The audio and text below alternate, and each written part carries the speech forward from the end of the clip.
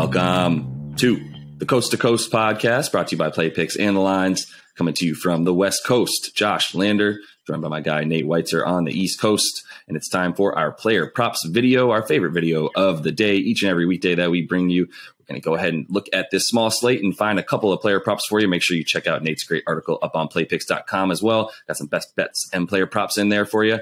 And do like and subscribe to that page, as we've got a couple other videos for you up today on this small slate. And as always, if you do still need a FanDuel or DraftKings account, head to fdpicks.com or dkpicks.com and find those listings in your area. Nate, let's jump into our favorite player props for tonight. Yeah, we didn't talk about the Suns and Wizards with that 8-point spread, but I think it's our favorite tease of the night to talk about getting the Suns down to -4 with some other results. And you can tease it just within that game by hedging with Chris Paul, getting 15 points in a win.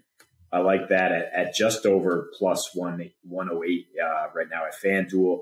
You look at his numbers in wins, CP3 has 15.8 points per game, and in their 5 losses, just 9.2 points per game. Not shocking, but that's a pretty stark difference. And he's obviously scored a lot more with no Devin Booker in 10 games with the Suns, averaging 18.3 points per game, and his usage rate climbs from 21.5% to 24.8%. He's handled business with a double-double in 4 straight home games without Book, and he has a double-double in 7 of the Suns' last 8 as home favorites. They've obviously won 12 straight home games. The Wizards are struggling mightily. They have failed to cover in 7 straight games. They're on a back-to-back situation here. So Chris Paul, 26.5 assists and points. Seems like a fair bet, but why not just parlay that with the win at FanDuel where available, because I think we expect the Suns to pull this one out rather easily. Yeah, Washington's reeling. Mentioned it in another video where we also talked about teasing the Suns spread there with a couple other things, including that total in the Knicks game. And yeah, we mentioned the Wizards are just reeling as of late. They've dropped all the way down to the bottom 5 in defensive rating. They've been the worst actually defensive rating in the last 6 games or so. So yeah, I would say this is a good one. I love that difference between CP and wins and losses because of the fact that I think they're going to win tonight and they're at home. And he's a guy obviously that's been in the league long enough and is a point guard that can turn it on and off when he needs and get those 15 points, especially in the fourth quarter. As we've talked about before, without Book, that's their closer usually in the fourth quarter. Now it's Chris Paul, not only having the ball in his hands to dish it, but putting up shots as well with that usage rate going way up without Book as well. So yeah, love that bet there. I'm going to keep it in this one and just go back to the well with Deandre Ayton, who continues to have, a very good season and continuing to play really well at home, averaging about 17 points and 12 boards when he's playing in Phoenix. And his usage rate goes up as well when there's no Book this year. In the last 4 home games that Book's missed, 19 points per game for Ayton on 24% usage rate, which goes up from his average numbers there as well. So yeah, everything goes up without Book. I think, even his rebounds go up without Book. I think you see Booker doing a lot this year. He was averaging about 5 boards or so. You see Ayton not only boxing out, but now chasing those rebounds down instead of just clearing the lane for Booker to get them. So I think you look at his assists and rebounds potentially, just because his rebounds, I think, are something he can get. He's gotten 12 boards in 8 of his last 10 games that Booker's not played, and his rebounds and assists tonight is at 13.5 combined. If you think he's able to get those 12 boards, that's just 2 assists for the big man to be able to get you at about even money on FanDuel. Or you just take the double-double for him in a win. I think you feel really good about him getting 10 boards. You feel really good about the Suns winning this game, especially with the Wiz on a back-to-back. Minus 111 on your money at FanDuel for a double-double for Ayton and a win still feels really, really good, in terms of getting some juice on a bet that I feel very, very confident about. Yeah, I love the big man against the team that can't guard the paint, against the team that's tired. And pairing him with Chris Paul makes a lot of sense because they're going to be running that pick and roll to death without Devin Booker. That's their offense right now. And the way the Wizards have been struggling offensively, you expect a lot of rebounds to be available here. They're giving up the 3rd most defensive rebounds per game in their last 3 games. So that's all about Ayton getting his peripheral stats there. And for the Pistons, their season obviously well down the drain already. They've lost Jeremy Grant for over a month, so it's going to be even more about seeing what they have with the number 1 overall pick, who really, Cade Cunningham, was starting to heat up anyway with 22.8 points per game, 6 rebounds per game, 4.5 assists at a 32% usage rate in his last 4 games. That includes one game without Grant. And in that game, he went for 26 points, 8 boards, had a nice 7 turnovers, but 31% usage rate. And we don't really care about the turnovers. The coaching staff probably doesn't care that much because they just want to give him his shots right now.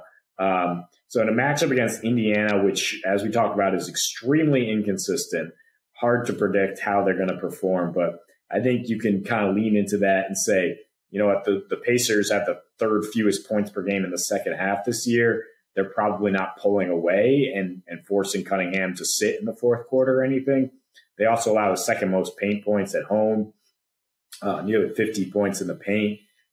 Pretty good at defending the three-point arc, but Cunningham can get his at all levels. So that's why I like kind of parlaying the points and rebounds just to hedge a little bit. 25.5 there is the prop at FanDuel, nearly minus 120, but it's a pretty safe bet considering Cunningham's probably a good bet to get over 20 points where his prop is there. But if you want to just hedge it a little bit with the boards, I wouldn't hate that. Yeah, for sure. And, Indiana, you mentioned how inconsistent they are, especially on defense. And, at home, when they are home favorites this year, which they've been about 11 times, the over hit in 8 of those 11 games. So I think, you see a bit of a letdown from them on defense when they're playing a team that they think they should beat. But I would caution them and say, you're not even that much better than the Pistons this year. So I would relax on that, but we'll see. I think, to your point, yeah, I feel good about Cade getting his now. And it's time for him to be, he's getting his shine as the number one pick and getting, plenty of usage rate on a team that really doesn't have anybody else to score the ball for them. So yeah, I think, Cade Cunningham, someone we'll continue to look at. Poor Jeremy Grant, just a quick note. I hate that he's injured. His plan was coming to fruition perfectly when he was in Denver, left with that big contract for Detroit to probably keep playing there and then maybe get traded to a contender eventually. And then he gets hurt for the season, for a month this season, right when I think he was probably going to get moved at the trade deadline, which sucks for a lot of teams like the Lakers that probably could have used him. But at any rate, the next and last prop I have for us for today, Nate, is that Knicks game that we've talked about in another video. And I'm going to be looking at Derrick Rose tonight. And I started there because, I started by looking at how bad Houston is against opposing guards, specifically point guards. They give up the third most points in the league to opposing point guards. There's been a couple games as of late. Obviously, Trae Young was able to go off for 41 against them. Derrick Rose is not Trae Young, but it still stands that the Rockets are not getting much defense at the top of their at the top of their defense there. You're probably looking at DJ Augustine spending a good amount of time as the opposing point guard against Derrick Rose tonight.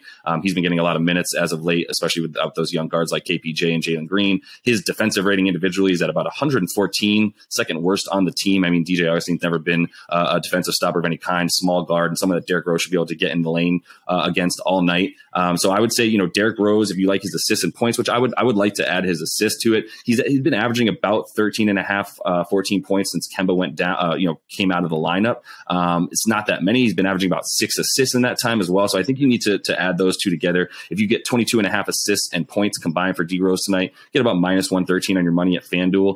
The points, which I like less, also there's a reason they give you more odds, right? They give you better odds rather. 15 points in a win for Derrick Rose tonight would give you plus 116. I'm not as worried about the win for the Knicks as I am honestly about him even getting that 15, just because he hasn't been pulling the ball as much lately, just shooting the ball 11 times in his last 10 games on average. So it's the assists that also make me feel good about getting up there. So over 22 points and assists combined for him, and I think you've got yourself a pretty good bet with D Rose. Yeah, we talked about in the video how the way to attack the Rockets is in the paint and not shooting as many threes. So I think this speaks to more of a Derrick Rose game. And yeah, I expect the Knicks to win fully. So yeah, again, think that the player performance double makes sense here for 15 points in the W. Absolutely. Yeah. It's a tough night for some player props as there's a ton of injuries, a ton of teams on back-to-backs. So, we're going to be maintaining our eyes on who's playing tonight.